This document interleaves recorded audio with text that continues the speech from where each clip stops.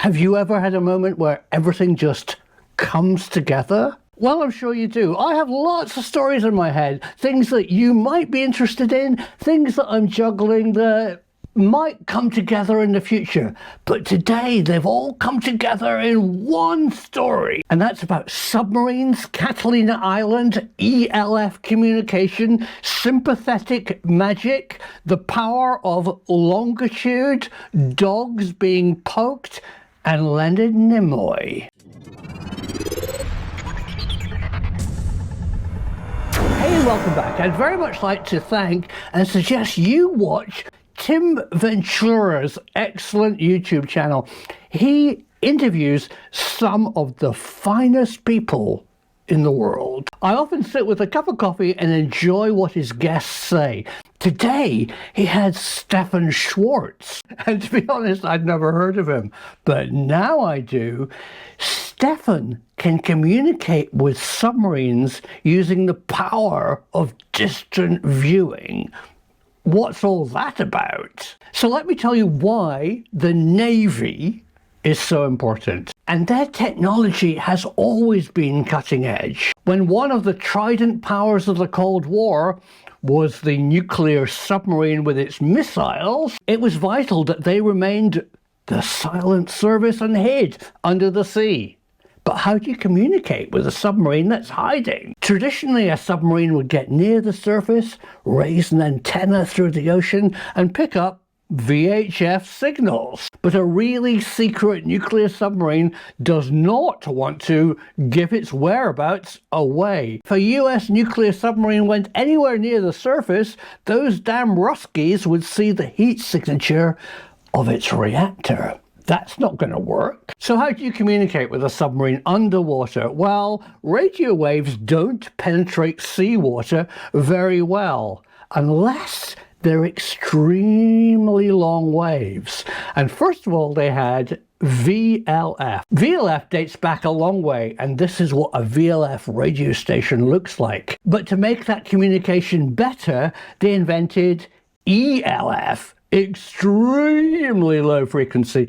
But there's a problem. Yeah, the problem is it's really slow. Maybe only a few characters per minute. So to get around that slow transmission, they sent everything in code, maybe 5 or 6 numbers or letters, and then you looked it up in a book, and that meant you did something complicated. But in a quest to find a better way of communicating with a submerged submarine, why not just talk to them with your mind? That's very interesting. In fact, the concept of distant viewing all came from SRI, Stanford Research, who set up a program for the CIA and the police and the military to do distant viewing. So in 1978, Stefan Schwartz set up an experiment off Catalina Island with scientists on board ready to receive a message, and scientists in California remotely by their brain power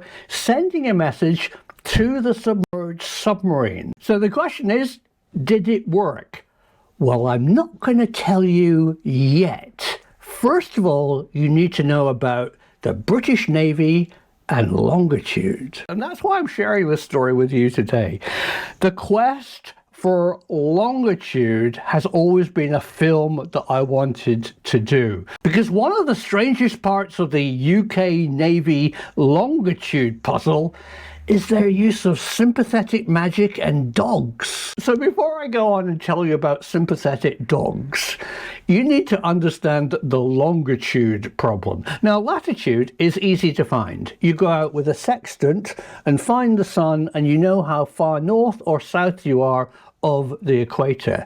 But how do you know how east and west you are? It's almost impossible. And as I said at the beginning, Navy technology is world-beating. The UK Navy came up with lookup tables to know longitude if You knew what time it was. And why do you need to know where you are? Well, if you know north, south, and east and west, you've got a GPS equivalent position fix. You can go anywhere in the world and rule the waves. But there was a massive problem. You needed to know the time. And the most accurate clocks at the time, and still very accurate today, are pendulum clocks that can be as accurate as 1 second a month, as long as they don't move. We've all seen a grandfather clock or a pendulum clock screwed to the wall, but you can't have a pendulum clock on a rocking and rolling boat.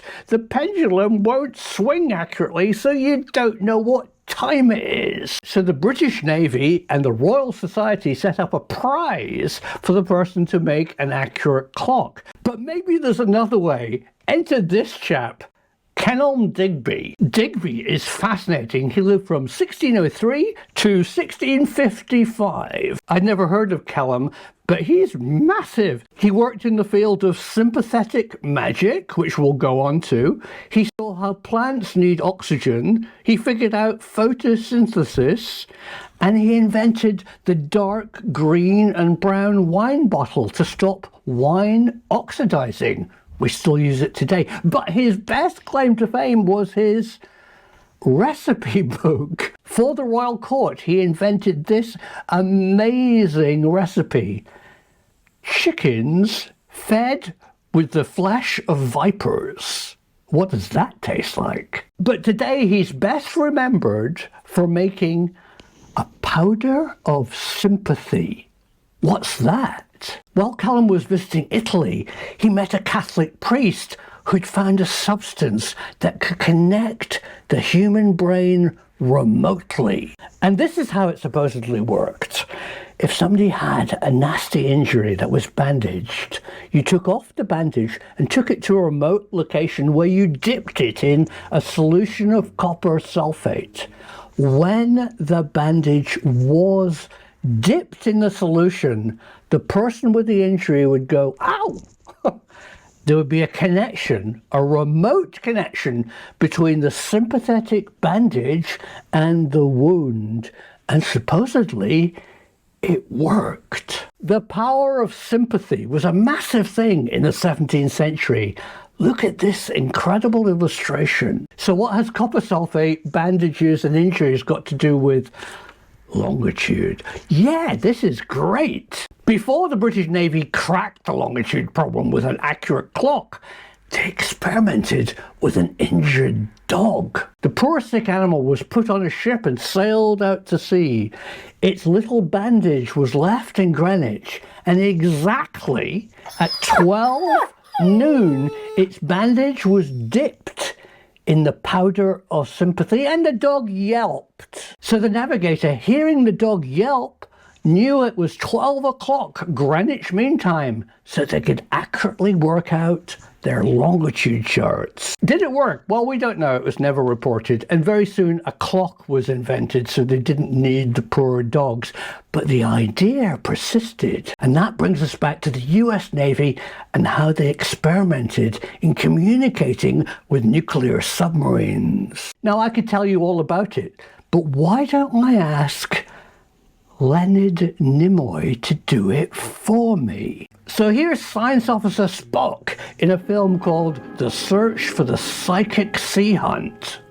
Advanced equipment such as this undersea robot and this ocean power generator have solved some difficulties. But even technology cannot answer the most critical challenge: where to look, where to find the objects which unlock the closed chapters of our past. Perhaps the answer lies not with machines, but within ourselves. Can some strange and as yet unexplained psychic ability help us to see that which is concealed from ordinary vision? Using an extraordinary new research submarine, the team would attempt to prove that man's psychic capabilities could indeed reveal the ocean's secrets. Organizing this experiment is philosopher and parapsychologist Stephen Schwartz of the Philosophical Research Society in Los Angeles. Could psychic talents, he wonders, also be used for the more difficult problem of locating objects on the ocean's floor? To answer this question, he organized Project Deep Quest. I chose the sea because it offered a chance to close all the loopholes. If Deep Quest was going to be successful, the only explanation would be that we obtained information from psychic sources. As real as a person is the research submarine, Taurus 1. This 34-foot-long electric-powered $3 million submersible is perfectly suited for the experiment Schwartz has in mind. With her large viewport, more than 1,000-foot depth limit, and the ability to retrieve objects from the sea floor, Taurus 1 offers the Mobius group a real chance to prove their psychic claims.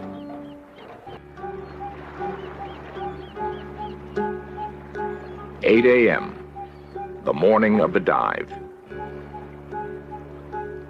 Surface control, this is Taurus. Surface go. Roger, all systems checked. Hull is secured. I'd like permission to open vents and dive at this time. Taurus, surface, Roger, clear to open vents. Have a good dive. Taurus, Roger, and thank you.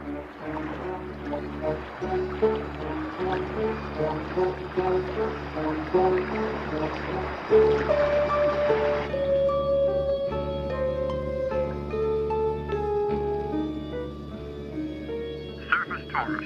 On the bottom, depth 80 meters. Visibility 7 to 10 meters. Current nil. Would Deep Quest produce results or pictures of an empty sea floor? That was that contact. Hey, we've got something. God, it's part of a ship. Hey, we found an artifact! We did it! You like it? It's the winch hook. You see the drum? Yeah. That's the drum. Roger, we have our first positive contact, a piece of machinery in front of us. And, It gave us the immediate feeling that we're there right on site. There's no way people throw winches overboard. It had to be from the deck of a ship that went down. Taurus 1 glides over the target area, illuminating relic after relic. I believe we have a ship wheel with a long shaft on it, over. With nothing more than the psychic predictions on charts and Ingo Swan's on-site guidance for fine-tuning, Deep Quest has made history. So there's nothing new under the sun. A 17th century British inventor with his powder of sympathy was still being used by the US Navy in the 20th century. Thanks for watching, and thanks for letting me doing research on films that you might like to see. Here's one on ELF.